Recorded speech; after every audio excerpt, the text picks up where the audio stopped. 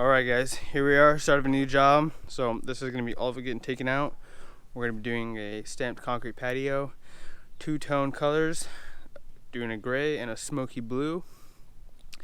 First day of the project. This is going to look really good when it's all done. Alright, what is going on everybody? This is Tim Odell with Odell Complete Landscape, and I'm going to be taking you guys all along on a concrete stamp job today. It's going to be a concrete patio, so I hope you guys enjoy this series. It's going to be a two-part series. This part of the series we're going to mainly be focusing on the demo, setup, and just form work. So hope you guys enjoy this video, and if you do, don't forget to hit that like button. Really would appreciate that.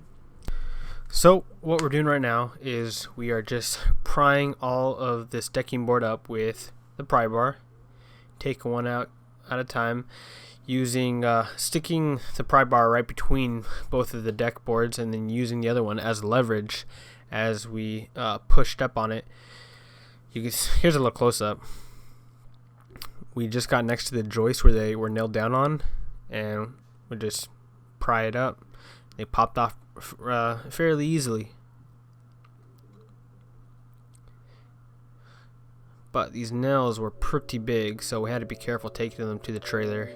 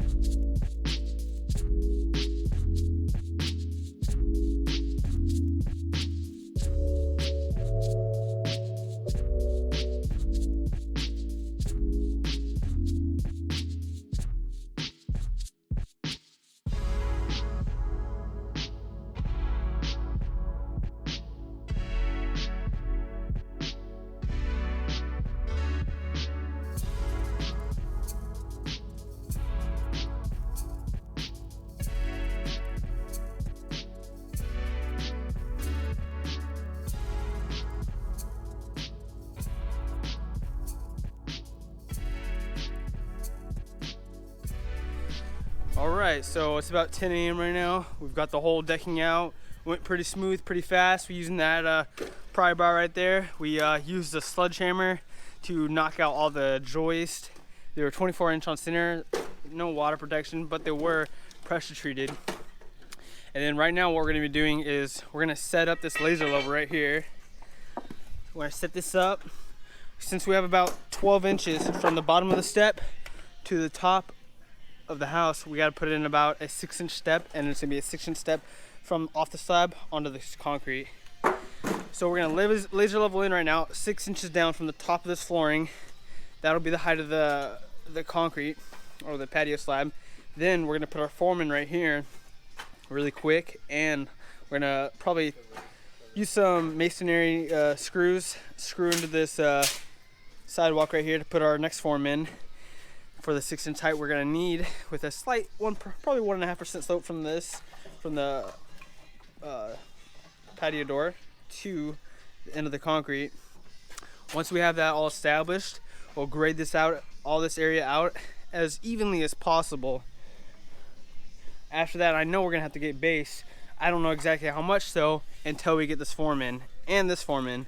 So once we do that, we'll know exactly how much base we're gonna bring in, and after we go to the dump everything, we'll go pick up that base. Let me show you how filled this trailer is. Probably get a time lapse on it to the dump.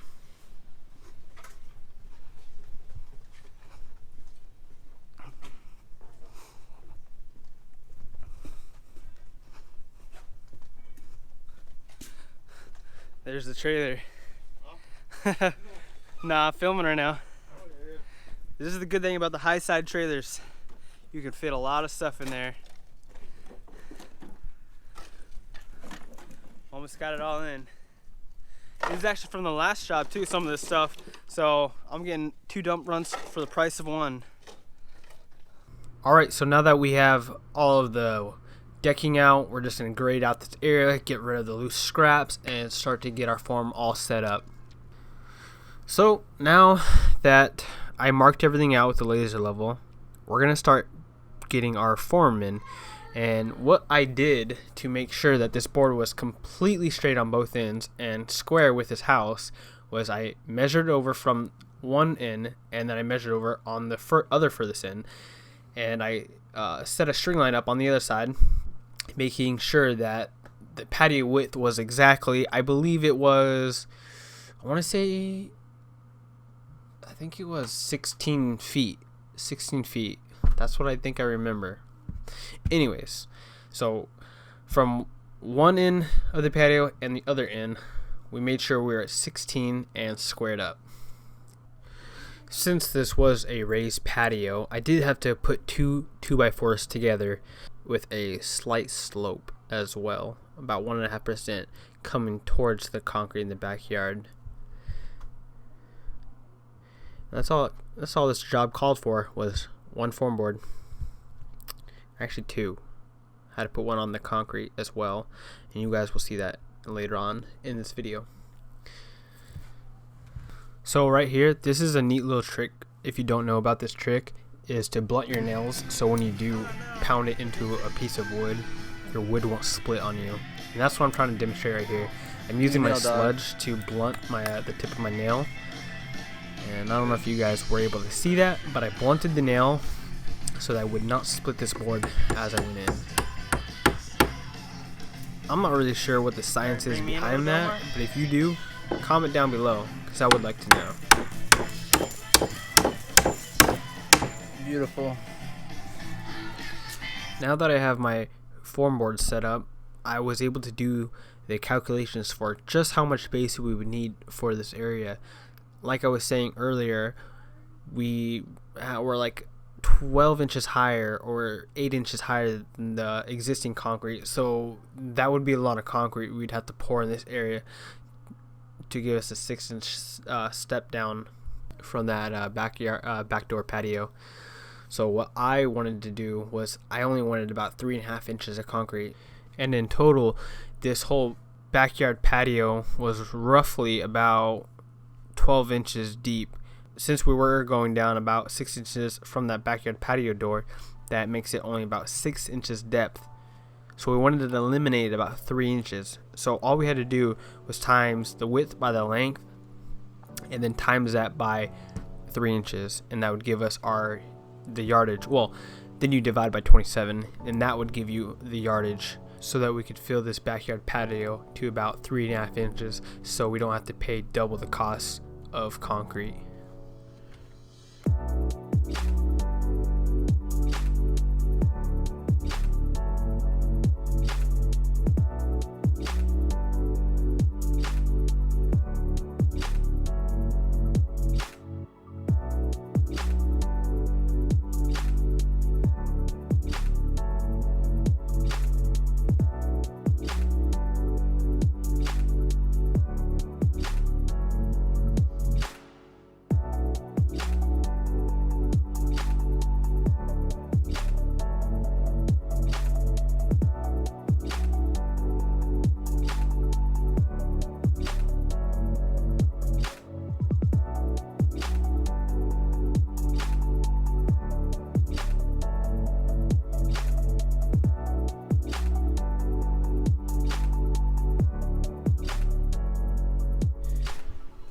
Alright, so we just got all the base set and in.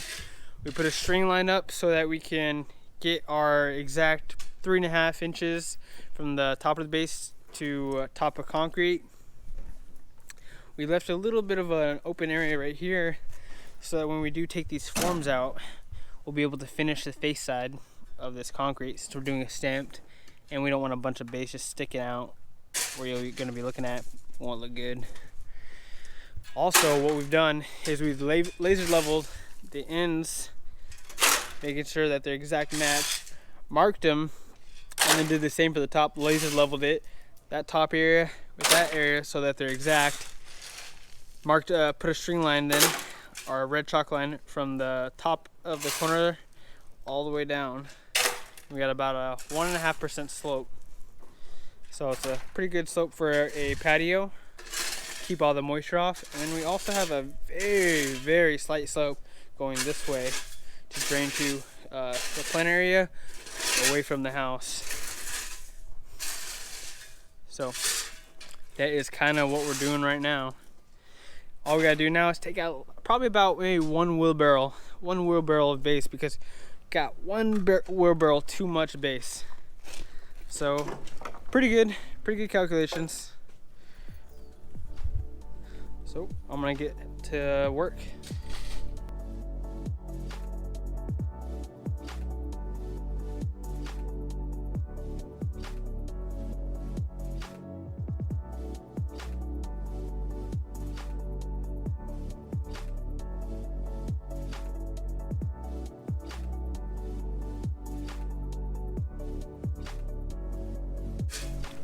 Alright, so there's a little too much base in here, and we're using a 2x4 and we're screening it across this whole thing, keeping it level with our chalk line and then our string line. This is how you get an exact 3.5 base, or 3.5 inches of base for the concrete to fit. This is what you do first, guys, before you start rodding concrete. You rod dirt and you get good at rodding dirt, so that when it comes to rodding concrete, you'll have a good feel for it.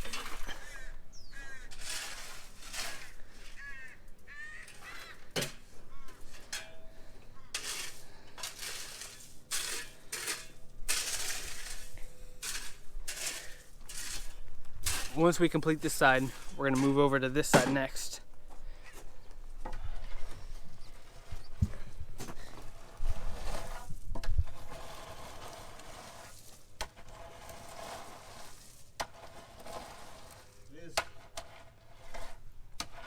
Good, huh? There it is. Alright, now if they did the job right, we should get a good 3.5 from the bottom or the top of the base to the top of the string. What do we got? Let me see that. Yeah, looks pretty good. Wrong! It's close. It's close. It looks like we only have 3 though, guys. What the hell? That means... Check over here. We're probably touching the string line, maybe, huh? What is that? 3. Ah. All right, we'll hit it with the rake. What we should have done is cut our wood to the size of the string line. Why? Because then we would have got it better. 3.5 is what we want. We were just too high. That should have solved the problem though, right there. Perfection, Sam.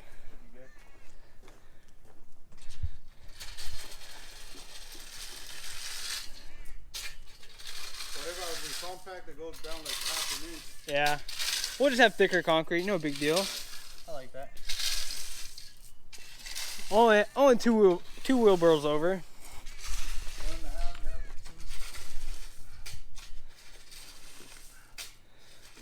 We'll just save those wheelbarrows for the next job. Oh, yeah. Oh, yeah.